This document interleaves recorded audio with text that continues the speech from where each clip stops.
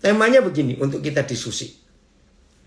Mengapa kadang-kadang Papa di surga itu bersikap atau berlaku kejam terhadap kita anak-anaknya? Saya ingin memulai bukan dengan pernyataan ini. Tapi saya memulai dengan Hosea 6 ayat 3. Yang mau nampilkan silakan. Hosea 6 ayat 3. Begini ajakan Papa di surga. Marilah kita berusaha mengenal Tuhan dan sungguh-sungguh mengenal Dia. Saudara, izinkan saya mengatakan ini, tapi kalau ada yang nggak cocok nggak apa-apa. Tapi jangan keluar ya, jangan left. Ikuti sampai selesai. Satu-satunya hal yang paling penting, yang paling penting dalam hidup kita dengan Papa di surga, itu bukan doa pagi, doa siang, doa sore, doa malam. Kalau doa terus itu kapan kerjanya? Bukan doa puasa, bukan baca Alkitab, hafal ayat, pelayanan, memberi persembahan. Enggak, saudara. Apa saja kita bisa kerjakan untuk Tuhan. Tapi dengar ini. Kalau kita nggak pernah mengenal, bukan kenal. Beda loh antara mengenal dan kenal. Kalau kenal itu ya oke lah. Ya saya kenal Santo, saya kenal Pastor Rudi, Pastor Jenny, saya kenal. Nah, Papa sedang Zoom ya. Tapi mengenal itu ada usaha. Begini. Kita boleh rajin berdoa. Tapi kalau kita nggak pernah mengenal siapa yang kita ajak bicara, maka doa cuma hanya jadi tradisi. Dan ya kita ini doanya 5 waktu loh kalau nggak mengenal Tuhan. Loh, masa bukan muslim kok 5 waktu. Saya hitung. Pagi-pagi bangun dengan doa. Sarapan doa. Lunch doa. Dinner doa. Mau tidur malam doa. Berapa kali itu? 5. Kalau kita nggak mengenal Dia, lalu kita ini ngomong dengan siapa? Ayo kita rajin melayani. Silakan. Tapi kita nggak mengenal siapa yang kita layani. Dan siapa yang jadi partner kita. Nggak lucu. Ayo kita doa puasa. Karena itu perintah Tuhan. Lakukan. Tapi kalau nggak mengenal, kita ini doa puasa dengan siapa, kepada siapa. Ya cuma diet saja, mindahkan jam makan. Pagi nggak makan, siang nggak makan, didobel sore. Makanya jadi banyak, maaf. Karena nggak mengenal. Baca Alkitab, dianjurkan. Wah, lalu diajak janji. Percayalah saudara, kalau saudara berkeputusan, setiap pagi minimal 5 pasal saudara baca sebelum beraktivitas. Suatu hari saudara kesiangan bangun. Waduh, saya janji 5 pasal ini. Akhirnya cepat-cepat baca. Puji Tuhan selesai 5 pasal. Nggak kenal siapa yang kita ajak bicara yang nulis surat cinta itu. Wah, saya sapa dulu. Saudara kita dari Munich. Ya, guten Tag, meine Frau. Wie geht's dir? Ya. Jadi berdoa, apa itu baca Alkitab itu cuma seperti orang kejar setoran. Karena 5 pasal targetnya. Maka itu tidak sedikit. Lihat, berapa tahun yang lalu ada berita menyedihkan. Lebih dari 2 orang loh, ada pendeta hebat di Amerika bunuh diri. Yang jemaatnya ribuan. Oh my God. Maaf, saya bilang karena mereka nggak mengenal yang dilayani itu. Bahkan salah satu yang bunuh diri itu masih muda, umur 35. Dan hebatnya lagi, secara pendidikan psikologi, dia itu counselor. Dia seorang psikolog. Anaknya masih kecil-kecil. Bayangkan. Karena nggak mengenal. Nah, termasuk pembahasan kita sekarang. Semua persoalan kita dengan Bapa di surga. Sudahlah, sebutkan saja. Salah satunya tema kita untuk kita diskusikan. Kok sepertinya Tuhan itu berlaku kejam ya pada kita. Apa saja yang jadi persoalan kita dengan Bapa di surga. Cuma satu ini penyebabnya. Karena kita belum mengenal dia. Shirley, siapa nama anakmu ini? Lupa. Right. Siapa? Craig. Craig. Craig, how are you? Halo, ini Opa. Hai Craig. Woi, kamu hebat. Peserta paling muda ya. Oke, saya lanjut. Jadi kalau kita nggak mengenal Papa kita, konflik pasti akan terjadi. Sebelum saya kembalikan kepada saudara, saya buktikan. Karena seperti saudara tahu, Tuhan percayakan saya dengan Cik Louis itu paling banyak bicara soal suami istri. Ya, dari Solo, Bud, belajar ini ya. Satu-satunya penyebab, bukan dua, bukan tiga. Satu-satunya penyebab. Suami istri rajin bertengkar. Aduh, kok nggak enak betul. Dengar ya. Karena dua orang itu belum saling kenal. Saudara berani berkata ya atau tidak. Kalau suami itu betul-betul bisa mengenali istrinya. Istri bisa mengenali suaminya. Gak akan ada masalah. Yang kecil jadi besar dan yang besar tambah besar. Karena mengenal. Gak akan ada ribut. Maka itu Hosea 6 ayat 3 ini adalah firman ayat yang paling hebat dari seluruh Alkitab. Bukan diajak aktif melayani, ajak doa pagi, doa puasa, ajak kelompok baca Alkitab, ajak memberi persembahan perpuluhan. Tidak, ajak KKR, seminar, retreat, enggak. Ajakan Papa kepada kita. Marilah kita berusaha mengenal dia. Dan sungguh-sungguh berusaha mengenal. Maka enggak akan ada konflik. Jadi suami istri, maaf ya. Ya, ini ada komen di Facebook saya. Meskipun sudah menikah puluhan tahun, belum tentu bisa saling kenal. Betul. Masalahnya apa? Yang satu menutup diri pada yang lain. Yang nutup diri juga, yang diminta terbuka juga nutup diri. Jadi nggak bisa mengenal karena masing-masing bertahan dengan prinsipnya. Maaf, salah satu penyebab terbesar suami istri nggak saling mengenal. Maaf ya, jangan tersinggung. Karena akhir-akhir ini saya banyak menemukan masalah keluarga. Karena suami istri tidak jujur dalam masalah uang. Dengar baik-baik. Dan kaget saya ada pendeta. Yang pendapatan suami disimpan sendiri, istri nggak boleh tahu. Lalu istri juga punya uang sendiri karena orang tua si istri pendeta ini memang orang berduit. Rupanya mama papa si istri pendeta itu bilang, kalau papa mama kasih kamu jangan tahu suamimu ya, nanti dipakai untuk pelayanan terus. Kaget saya. Maka itu hanya Tuhan Yesus satu-satunya pribadi yang pernah berkata begini. Sebab di mana ada hartamu, di situ ada hatimu. Jadi kalau suami istri hartanya pisah, hati mereka yang pisah. Nah, apa definisi suami istri tapi pisah hati? Cerai goblok. Serius. Tapi masih hubungan seks, maaf.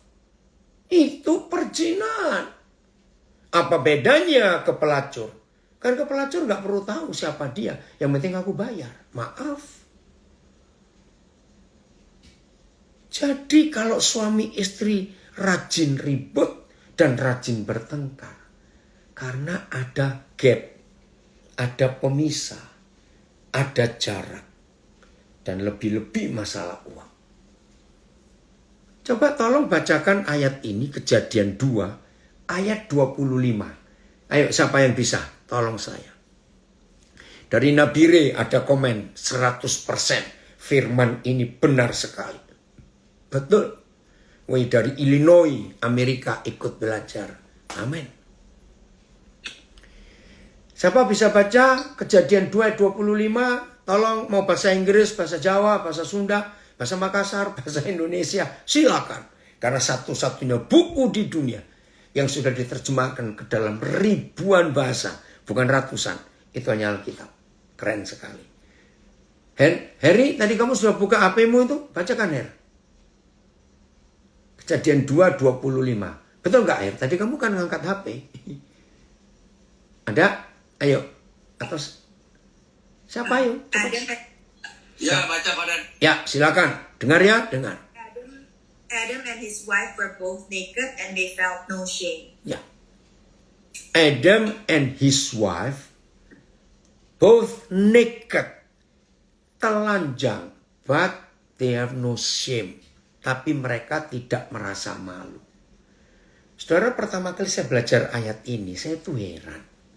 Saya bilang, Papa, sebetulnya ketelanjangan mereka dua itu gak usah ditulis, sehingga bikin penuh Alkitab. Sebab semua orang sudah tahu, zaman mereka belum ada pabrik tekstil, jadi mereka pasti telanjang. Loh, betul tidak? Itu pemikiran saya pertama kali. Tapi Roh Kudus menjelaskan, Daniel, ini bukan soal ketelanjangan saja. Lihat kuncinya, tapi mereka tidak merasa malu. Ada apa ini? Saudara, kita merasa malu pada seseorang karena orang itu tidak kenal kita. Dan kita pun gak kenal dia. Dan wajar. Untuk apa kita buka-bukaan pada orang yang kita nggak kenal? Ya ngapain? Betul? Maka itu gereja yang tidak jujur keuangannya kepada jemaat. Gereja itu pasti bermasalah besar. Karena gembalanya, pemimpinnya tidak jujur soal keuangan. Jadi uang ini betul-betul setan. Tadi saya dengan Yani dinner di rumahnya Pak Gembala, Bu Gembala. Pak Rudi masak martabak kambing, sop tulang kambing. Waduh, enak sekali. Dingin-dingin di Sydney. 9 derajat malam ini. Nah, dalam pembicaraan kami sambil makan. Aduh, kami ada Icing, ada Along. Kok nggak ikut ya mereka ya? Ada Yani, ada Victor. Kami itu bicara banyak tentang gereja yang punya masalah. Dan saya katakan, semua gereja yang uangnya banyak, berarti setannya sedang banyak. Dan di situ masalah akan terjadi. Kalau enggak jujur. Jadi kalau ada di antara kita, baik yang di Zoom, di Instagram, di Facebook, saudara sudah menikah, tapi saudara enggak jujur dengan pasangan saudara soal keuangan. Bertobatlah hari ini. Berarti saudara menutup diri untuk pasangan saudara mengenal saudara. Keren loh firman ini. Nah, lalu kapan? Kenapa Tuhan kadang-kadang ya kok berlaku kejam? Mari kita mengenal Dia. Kita buka Ibrani pasal 12. Mulai ayat yang ke-6. Waduh, saya nggak punya Alkitab. Yani, kamu ada Alkitab buku nggak, Yani? Maaf, pinjem ya, supaya lebih gampang. Itu Yani baru berdiri. Wah, terima kasih. Saudara nggak akan panggilin Yani, dari dulu sama begitu. Oke. Oke. Ya, Ibrani pasal 12. Ya. Oh, ada yang nulis. Ya udah, kok Gian nggak jadian. Ini ada yang nulis Yan, sorryan. Ada yang nayangkan. Oh, mulai 5 ya, mulai 5. Ibrani 12 mulai 5. Oi Eki, senang sekali Papa kamu ikut belajar. Ini anak saya dari Nabire. Ya, Ibrani 12 mulai ayat yang ke-5. Mana ayat 5-nya? Oh, dan sudah lupakah kamu akan nasihat yang berbicara kepada kamu seperti kepada anak-anak? Hai anakku, janganlah anggap enteng didikan Tuhan. Dan janganlah putus asa apabila engkau diperingatkannya. Ayat 6. Karena Yahweh menghajar. Nggak enak. Karena Papa menghajar orang yang dikasihnya, yang dicintainya. Dan ia menyesah orang yang diakuinya sebagai anak. Jika kamu harus menanggung ganjaran, didikan, hajaran, sesahan, Tuhan memperlakukan kamu seperti anak. Di manakah terdapat anak yang tidak dihajar oleh papanya? Lihat ayat 8. Tetapi, jikalau kamu bebas dari didikan, dari hajaran, dari sesahan, dari ganjaran yang harus diderita setiap orang, maka kamu bukanlah anak, tetapi anak-anak gampang. Tolong, Harry, siapa istrimu tadi namanya? Lupa Koden. Bacakan bahasa Inggris, anak gampang itu apa? Enggak enak loh. Kalau bahasa terjemahan lama, anak haram. Enggak enak betul. Ya, coba yang bahasa Inggris. Supaya tetap yang dilayani bahasa Indonesia. Ya, udah? Ayo, yang sudah ketemu bahasa Inggrisnya. Anak gampang. Ayat berapa, Koden? Ayat 8. Ibrani 12 ayat 8.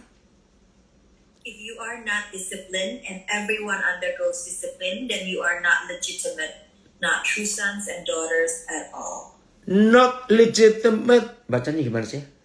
Bukan anak sah. From the son and daughter of God. Nah, jadi kalau kita mengaku anak, tetapi kita menolak didikan papa karena dia sayang kita, maka kita bukan anak sah. Not legitimate. Nggak enak. Berarti anak tetangga. Belum tentu juga tetangga mau ngakui kita. Kalau kita double. Maaf. Selanjutnya ayat 9. Dari ayah kita yang sebenarnya, papa jasmani, kita beroleh ganjaran, didikan, hajaran, disiplin. Dan papa-papa kita itu kita hormati.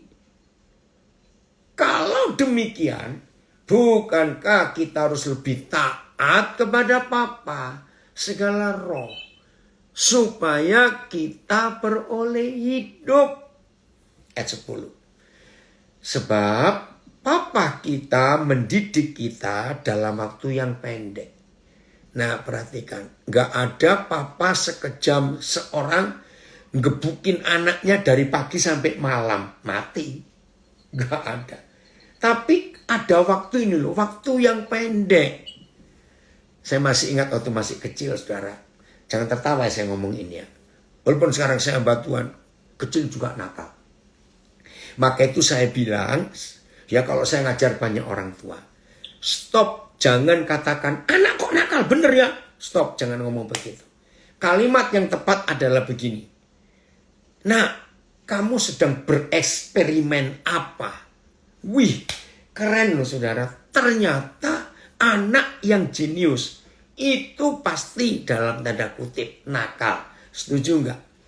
Kalau ada papa mama minta anaknya diam, nurut, saya beritahu ya, itu anak sakit. Nggak bisa ngapa-ngapain, lemes, loyo. Kejam sekali papa mama. Ingin anak-anaknya diam, gak gerak, gak apa. Pasti sakit. Jadi mulai hari ini papa mama, kalau sudah jadi opa oma kepada cucu, jangan ngomong, kamu kok nakal? Kayak siapa? Opa omamu gak begitu. Nah, kata yang salah.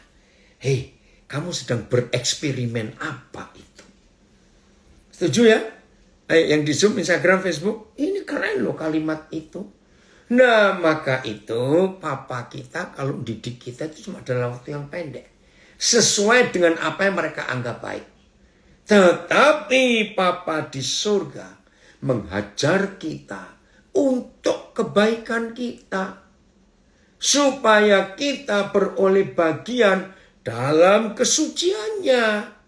Jadi ada tujuan. Maka saya Hobi anak Sayyidina Biri. Amin. Memang ayat 11. Tiap-tiap ganjaran, didikan, pukulan, hajaran, sesak. Maaf, saya ulangi. Memang tiap-tiap ganjaran, didikan, pukulan, hajaran pada waktu itu diberikan tidak mendatangkan sukacita, tapi duka cita. Ya karena kita sedih ya. Kadang-kadang kita bisa marah. Tetapi lah ini loh. Kemudian didikan hajaran itu menghasilkan buah kebenaran yang memberikan damai kepada anak-anak yang dilatih oleh papanya. Nah, ini cara kita mengenal papa. Kalau kadang-kadang seolah-olah papa berlaku kejam kepada kita. Saya akan akhiri sebelum kita diskusi. Ada banyak pertanyaan. Kenapa ya Tuhan di perjanjian lama kok beda ya dengan Tuhan di perjanjian baru? Pasti saudara pernah bertanya juga dan ada orang bertanya. Tuhan di perjanjian lama itu kejam dan sadis. Salah bunuh. Salah bunuh. Waduh, kok bisa begitu? Nah, saya juga pernah menanyakan hal itu, saudara. Akhirnya ada jawaban. Ayo kita lihat 1 Korintus 6 ayat 12. Nah, inilah jembatannya, bridge-nya antara perjanjian lama dan perjanjian baru. Ternyata ada di 1 Korintus 6 ayat 12. Lihat ini.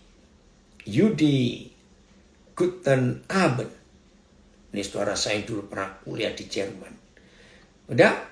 Oh, Pak Filipus ikut. Hebat. Padahal Papa nggak ngomong kamu. Filipus bisa gabung. Ya nih ya yang ngomongin. Ya.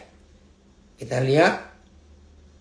1 Korintus 6 ayat 12. Ini jembatan antara perjanjian lama ke perjanjian baru. Segala sesuatu halal bagiku. Tetapi bukan semuanya berguna. Segala sesuatu halal bagiku, tetapi aku tidak membiarkan diriku diperhamba oleh suatu apapun. TSI-nya Filipus supaya cepat. TSI. Ya, kita lihat ini. Ya, danke Yudi. Ya. Lihat TSI. Nah, ada kata nah. Nah, apabila ada yang berkata, kita ini pengikut Kristus, diperbolehkan berbuat apa saja. Saya akan menjawab, ada benarnya. Tetapi ingat bahwa tidak semua hal berguna. Jangan biarkan apapun menjadi alat iblis untuk menguasai diri kita. Oke, saya jelaskan. Kalau saya pakai kembali sistem dan struktur keluarga, papa dengan anak-anak. Waktu anak-anak kita masih kecil, ya coba ya maafkan saya berkata, bagi yang nggak punya anak, memang ini agak sulit, tapi kita bisa ngerti lah. Coba ya, waktu anak-anak kita masih kecil, kalau kita nggak mendisiplin mereka dan memberikan ketegasan kepada mereka, bahaya nggak? Gunting, pisau, jangan dipegang, nanti kamu luka. Colokan listrik, hati-hati, jangan dimasukin apa, bentar kamu kesetrum. Ada lubang di situ, jangan kamu lewat. Awas, itu api. Nah, karena waktu ya, kalau saudara baca di Galatia 4 akan tahu. Jadi walaupun kita ini anak papa dan ahli waris kerajaan surga. Menurut Galatia pasal 4 mulai ayat 1 sampai 6. Kalau kita masih anak-anak, kita tidak beda dengan seorang hamba. Karena masih ada yang ngasuh, ada babysitter, ada yang ngemong bahasa Jawa. Dan pengasuh anak-anak harus tegas. Itu api, itu bahaya, itu jangan dipegang. Harus. Nggak bisa, ya terserah kamu. Wih, rusak itu anak. Kalau itu racun, ngomong racun. Kamu bisa mati. Maka itu dalam perjanjian lama, papa kita kelihatan sadis dan kejam. Karena Israel itu anak-anak yang belum mature, yang belum dewasa. Maka itu harus diberitahu dengan tegas. Jangan begini, jangan begitu. Nah, Yesus datang, perjanjian baru dimulai. Maka kita dianggap sudah dewasa. Karena sudah dewasa, ya kamu milih sendiri. Mana yang kamu anggap baik dan tidak merusak hidupmu. Itu artinya 1 Korintus 6 ayat 12. Nah itu bedanya. Papa di perjanjian lama dan papa di perjanjian baru. Betul, ini dari Siantar. Oh begitu maksudnya. Makanya Tuhan kejamnya didisiplin, tegas. Hitam katakan hitam, merah katakan merah. Jangan abu-abu atau merah muda. Rusak anak itu. Oke, saya sampai di sini dulu. Ayo, siapa yang memimpin diskusi? Waktu saya tinggal 10 menit. Ayo cepat. Maaf. Jadi. Bugem, ayo Bugem. Jangan bukan ya yang tanya. Masih ada nggak orangnya? Jelas. Oh masih ada ya. Ada yang komen lagi, wow luar biasa pelajaran malam ini. Saya baru tahu hebat firman Tuhan disingkapkan. Puji Tuhan. San, ayo. Ya, Koden. Ya, gimana terjawab pertanyaanmu? Kenapa Tuhan kadang-kadang bersikap kejam terhadap kita? Saya lebih lanjut, Koden, ya, melanjutin pertanyaan saya tadi. Ya, silakan. Jalur pribadi. Gini, Koden, sebagai orang Kristen, sebagai orang percaya, saya pernah apa yang kita semua bilang mengecap akan kasih karunia Tuhan. Ya. Saya pernah merasakan kasih mula-mula. Mungkin Koden udah tahu ceritanya di satu, ya. Itu semua udah saya alamin. Saya bahkan saya pernah apa yang orang bilang tuh divine appointment, yang benar-benar saya minta ketika saya baru jadi orang percaya, saya minta pada saat itu juga, hampir pada saat yang bersamaan, Tuhan langsung kasih jawaban. Itu pernah saya alamin. Tapi ketika namanya kita, kalau saya boleh kasih ilustrasi, papa sama anak makin hari anak dengan orang tua makin hari kok bukannya makin mesra, tapi malah makin kesannya makin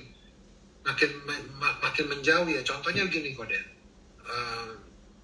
Berapa tahun yang lalu tuh saya dihadapkan satu situasi di mana problem itu bukan saya yang nyari, itu problem dari orang lain gitu kan, dari keluarga gitu. Dan at the end of the day I have to pick up the pieces and ngeberesin sampahnya gitu loh, Koden. Berkali-kali saya doa, saya bilang Tuhan saya minta jalan keluar begini segala macam. Cuman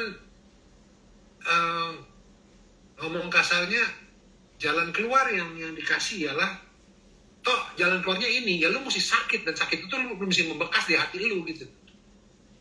Dan itu tuh sampai hari ini tuh saya rasakan tiap kali saya ingat kejadian kayak gitu, saya bilang Tuhan kok kejam ya. Kalau misalnya engkau seorang bapak yang baik, kasih saya pengertian dong, bukannya saya dipaksa masuk ke dalam lingkaran yang menyakitkan tadi gitu loh, dan ini saya ngeberesin sampahnya orang gitu loh. Ya. Berarti begitu, Koden. Oke, sekarang Koden boleh jawab ya, San? Ya, silakan, Koden. Ya. Saudara, mengapa Efesus 5 ayat 17? Tolong buka. Papa minta kita ngerti ini loh. Efesus 5 ayat 17. Jadi saudara, tidak semua tawaran, walaupun itu untuk kebaikan keluarga kita, tapi kalau papa tidak menyuruh kita beresin sampah itu, lalu kita beresin, lalu kita kejeblos, ya jangan nyalakan Tuhan. Karena sejak awal kita nggak libatkan Papa. Itu karena kemauan kita sendiri. Maka itu kenapa dalam kitab Amsal, nanti aja kita baca dulu Efesus 5:17. Sebab itu janganlah kamu bodoh, tetapi usahakanlah supaya kamu mengerti kehendak Tuhan. Jadi ini saya nggak bicara untuk Santo, tapi untuk semua kita. Sebelum kita memutuskan apa-apa, walaupun kelihatannya ini menolong orang, apalagi ini bisnis keluarga, kalau saya nggak tolong nanti rusak semua. Nah, sebelum kita mengambil keputusan itu, libatkan Tuhan dengan tanya, Papa, boleh nggak? Ini kesaksian kisah nyata di Semarang. Suatu hari ada sahabat baik saya. Dia pengkhotbah tapi bukan full time. Nggak tahu bagaimana dia minta saya, Godeng, bantu mikir yuk. Apa itu? Ini loh, saya disuruh nolong nangani perusahaan papa saya yang pernah dipegang oleh om saya, adiknya papanya. Lah saya itu nggak tanya perusahaan apa. Logikanya ya bagus dong, nolong milik papamu kok. Tapi ketika saya mau lebih lanjut, Roh Kudus tuh goncangkan hati saya. Dan dia hati-hati loh, hati-hati. Tanya dulu itu bisnis apa. Ya saya tanya. Maaf ya, jangan ambil contoh ini sebagai untuk lain juga kehendak Tuhan. Tapi ini contoh. Saudara, ternyata ini bisnis senjata. Papanya ini pemasok senjata untuk tentara. Wih, waktu dia ngomong gitu, maaf loh, ini risiko besar. Walaupun kelihatan uangnya banyak. Nah, kalau Tuhan tidak menyuruh kita ambil alih bisnis itu, walaupun itu menolong untuk keluarga, maaf ya, harusnya biarin bangkrut. Kalau memang itu kok bisnisnya nggak benar, bisnis yang nggak akan menguntungkan. Nah, jadi bukan papa kejam kok diam saja. Ya kalau kita tidak melibatkan dia, contoh lainnya, ini masalah pernikahan. Setiap kali ada orang yang, ya karena seperti saudara tahu bukan, kami suami istri paling banyak pelayanan masalah keluarga. Nah, kalau ada orang yang rajin bertengkar, ribut aja hidupnya. Ini istilah saya saja. Waktu mereka kawin pesta saya nggak diundang, waktu ribut saya diundang. Ini ilustrasi saja. Heri, jangan tertawa kamu. Mei, jangan tertawa. Nah, saya itu cuma punya satu pertanyaan. Maaf ya. Waktu dulu kalian menikah, itu kalian yakin nggak bahwa ini jodoh dari Tuhan? Kalau mereka bilang, kami yakin. Karena kami diteguhkan oleh hamba Tuhan itu. Masih ingat waktu Mami Elizabeth masih hidup? Kan sering bukan? Dipakai untuk menentukan ini jodohnya siapa begitu. Nah, kalau keluarga ini yakin bahwa Tuhan yang menjodohkan, saya bilang gini. Ya udah, kembalikan ke yang jodohkan dong. Supaya dia beresin. Tapi kalau waktu mereka mau menikah Tuhan gak terlibat dan milih-milih sendiri, maka saya punya istilah, resiko ditanggung penumpang bukan sopir. Ngerti? Ya sudah, jangan nyalakan Tuhan. Lu ya, tapi saya dulu doa puasa loh. Waktu mau menikah itu, walaupun saudara doa puasa, tapi papa bicara enggak. Ayo, ini contoh tentang kami sendiri saya. Saudara tahu bukan? Maafin yang baru kenal saya, jangan mikir macam-macam, awas. Ini saudara saya dari XBO Sisip ini tahu dulu saya itu nggak mau menikah. Kenapa saya takut menikah? Karena saya lihat banyak istri yang Tuhan itu nggak dukung suaminya.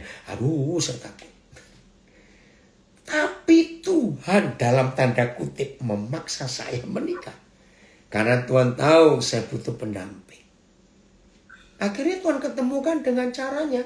Jadi saya nggak pernah doa, saya nggak pernah minta, saya nggak pernah cari. Dan ada masalah, namanya manusia kok. Maka itu tiap kali saya ada masalah dalam keluarga saya enteng. Tuhan, engkau loh yang nyuruh saya menikah dan Tuhan yang mengenalkan. Ya udah, maka Tuhan akan bertanggung jawab. Dan itu luar biasa. Maka itu jangan sampai ada di antara kita menikah karena ketangkep hansip. Awas itu. Jangan sampai. Oke, San, itu jawaban Koden. Lepaskan San kalau begitu, kalau bisa rugi dah, biarin nggak apa-apa. Kalau itu memang bisnis yang nggak perlu diselamatkan lagi. Ya minta ampun kepada Tuhan.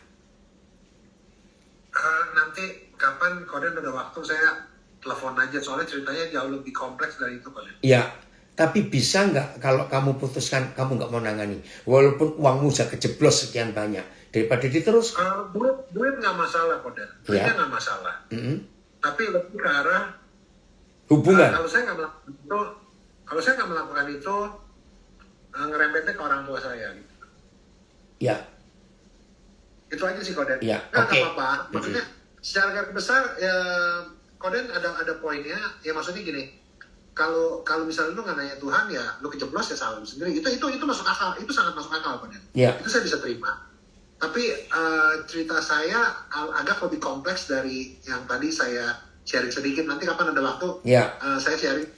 Nggak, karena gini Koden, kenapa saya mau nanya? Karena saya tuh mau belajar. Saya nggak mau jadi orang, kayak tadi saya ngomong sama siapa di grup yang ada Rudy, ada Shirley ya. Saya bilang, kenapa saya mau nanya? Karena saya mau jadi orang Kristen tuh yang jujur apa adanya. Ya kalau lagi banyak komplain sama Tuhan, ya saya akan ngomong gitu loh. Karena untuk kita sembuh kan kita harus mengakui dulu kita sakit gitu, dalam tanda petik. Betul. Itu aja sih Koden. Ya. Thank you. Oke, Koden mau ngasih kesaksian satu lagi ya, sebelum satu orang lagi, masih ada berapa menit. Suatu kali saudara di satu kota kecil di Jawa Timur, itu berapa banyak tahun yang lalu. Selesai kebaktian, ada seorang ibu datang pada saya nangis. Aduh, saya sampai kasihan. Kenapa Bu? Ya, anak saya ditangkap polisi, sekarang ada di penjara. Bisa nggak kita berdoa supaya Tuhan lepaskan? Aduh, saya mendengar itu hati saya juga ikut ternyuh, hancur. Kalau itu anak saya gimana? Nah, ketika saya mau berdoa supaya Tuhan bebaskan anak itu, saya belum pernah punya pengalaman seperti itu. Tiba-tiba saya tuh merasa Tuhan murka kepada saya. Keras, Daniel, jangan kamu melawan aku. Loh, Tuhan saya melawan apa? Jadi saya masih belum doa, baru diskusi dengan Papa. Aku yang bawa anaknya itu masuk ke penjara. Aduh. Akhirnya saya nggak jadi doa, Ibu, saya minta maaf. Kita nggak bisa berdoa supaya Tuhan bebaskan anak ibu dari penjara. Karena Tuhan punya rencana anak itu di situ. Masa Pak? Lalu bagaimana nasib saya? Aduh Bu, saya nggak tahu. Pokoknya Ibu bertahan dulu lah. Tuhan kuatkan. Akhirnya saya berdoa untuk Roh Kudus menguatkan ibu ini. Kira-kira hampir 10 tahun saudara. Saya sudah lupa kejadian itu. Dan suatu hari saya balik lagi ke kota itu, di gereja itu. Dan saya sudah lupa. Selesai kebaktian, ibu ini datang. Tapi saya sudah nggak kenal. Pak, terima kasih Pak. Betul yang Bapak katakan. Wih, sambil semangat saudara. Dan tangan saya dijabat tuh nggak dilepas-lepaskan. Saya bingung ini kenapa. Bu, maaf ya Bu. Ibu ini siapa? Maaf, saya lupa. Loh, Bapak nggak ingat? Sekian tahun yang lalu anak saya di penjara, saya nangis-nangis. Oh, saya baru ingat. Sekarang kenapa? Wih, wajahnya sumeringah. Orang Jawa bilang, cerah sekali Pak, betul. 3 tahun pertama dia di penjara. Dia jumpa Tuhan. Seperti pengalamanmu saat divine appointment. Sekarang dia melayani Pak. Menjadi wakil gembala di suatu kota lain. Saudara, waktu saya dengar itu. Untung saya taat. Kalau saya sungkan pada ibu ini, ya saya doa aja basa-basi. Tapi kan nggak bener. Nah itu loh. Jadi berusahalah untuk kita bisa mengenal kehendak Tuhan. Saya beri kesempatan, satu orang lagi mau diskusi. Siapa ini? Ayo. Mungkin Shirley boleh kali share. Tadi kan kamu bilang, tapi kamu takut untuk nyalahin Tuhan dalam tanda petik. Nggak apa-apa. Koden pernah nyalain Tuhan loh. Waktu papi Koden mati dibunuh. Waktu itu Koden umur 9 tahun. Papi umur 31 tahun. Papi marah. Saya marah dengan Tuhan. Kenapa engkau kejam? Kenapa tuh nggak ngelindungi papa kami? Sehingga nggak sampai dibunuh. Itu pernah terjadi tahun 65 lalu. Oke, share apa yang terakhir ini? Enggak, cuma tadi kan kita kan juga lagi kondisinya nggak bagus gitu kan Koden. Tapi ya bukan nggak berani dalam arti gini, maksudnya kita nggak ada intention untuk komplain gitu loh sama Tuhan. Karena kita tahu kita memang harus lewatin dan itu proses. Itu Puji bukan Tuhan. komplain sih. Ya, nggak komplain San, nggak komplain, cuma lagi mikir. Oke ya, aduh luar biasa kalau kita mau hidup seperti ini ya. Maka itu lagi saya Hosea 6 ayat 3. Marilah kita mengenal dan berusaha sungguh-sungguh mengenal Tuhan. Izinkan saya keluar ya, karena jam 20 WIB ini ada Zoom lagi dengan kelompok lain. Yang di Instagram, Facebook, keluar dulu, nanti masuk lagi. Oke ya, XPUC, terima kasih saya dapat kepercayaan untuk boleh berbagi. Ayo, kita sama-sama, you're welcome, see you. Pak Gembala, Bu Gembala. Ya, wow, dari München, Munich, wow, betul itu luar biasa. Oke ya, Tuhan memberkati kita semuanya.